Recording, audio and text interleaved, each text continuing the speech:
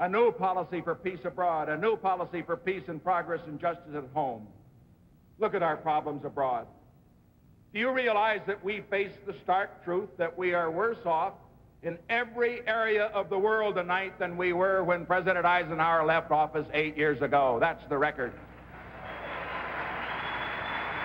And there is only one answer to such a record of failure, and that is a complete house cleaning of those responsible for the failures on that record.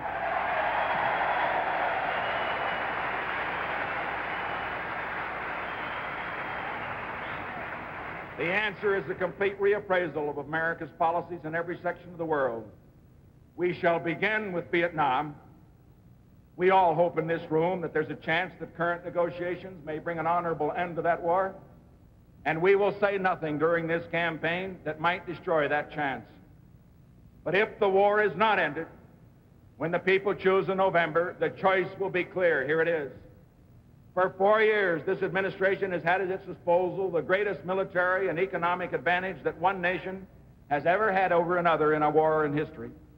For 4 years, America's fighting men have set a record for courage and sacrifice unsurpassed in our history. For 4 years, this administration has had the support of the loyal opposition for the objective of seeking an honorable end to the struggle. Never has so much military and economic and diplomatic power been used so ineffectively. And if after all of this time and all of this sacrifice and all of this support, there is still no end in sight, then I say the time has come for the American people to turn to new leadership not tied to the mistakes and the policies of the past. That is what we offer to America.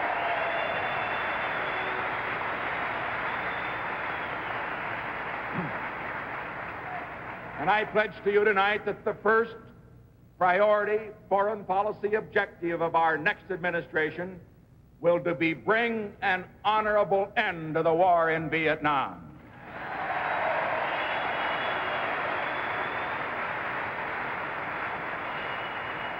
We shall not stop there. We need a policy to prevent more Vietnams. All of America's peacekeeping institutions and all of America's foreign commitments must be reappraised. Over the past 25 years, America has provided more than $150 billion in foreign aid to nations abroad. In Korea, and now again in Vietnam, the United States furnished most of the money, most of the arms, most of the men to help the people of those countries defend themselves against aggression. Now, we're a rich country.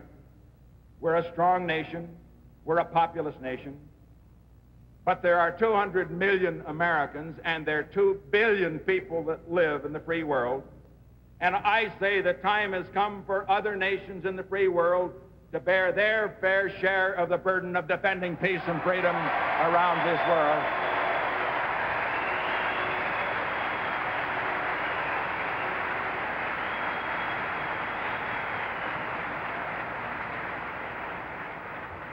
What I call for is not a new isolationism. It is a new internationalism in which America enlists its allies and its friends around the world in those struggles in which their interest is as great as ours.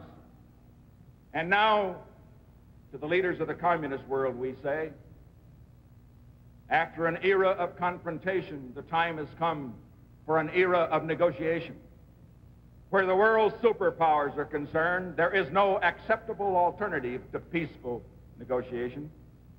Because this will be a period of negotiation, we shall restore the strength of America so that we shall always negotiate from strength and never from weakness.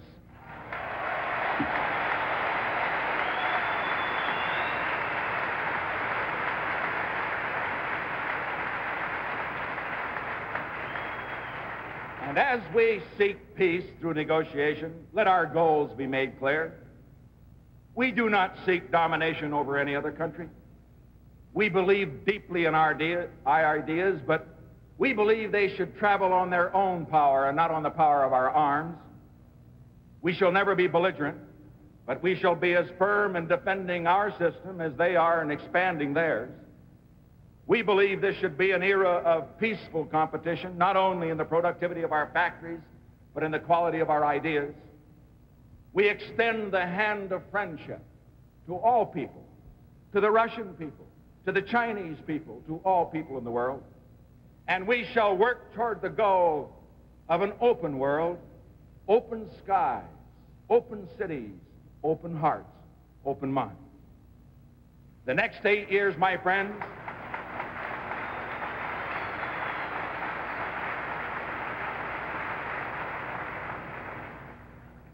this period in which we're entering, I think we will have the greatest opportunity for world peace, but also face the greatest danger of world war of any time in our history. I believe we must have peace. I believe that we can have peace, but I do not underestimate the difficulty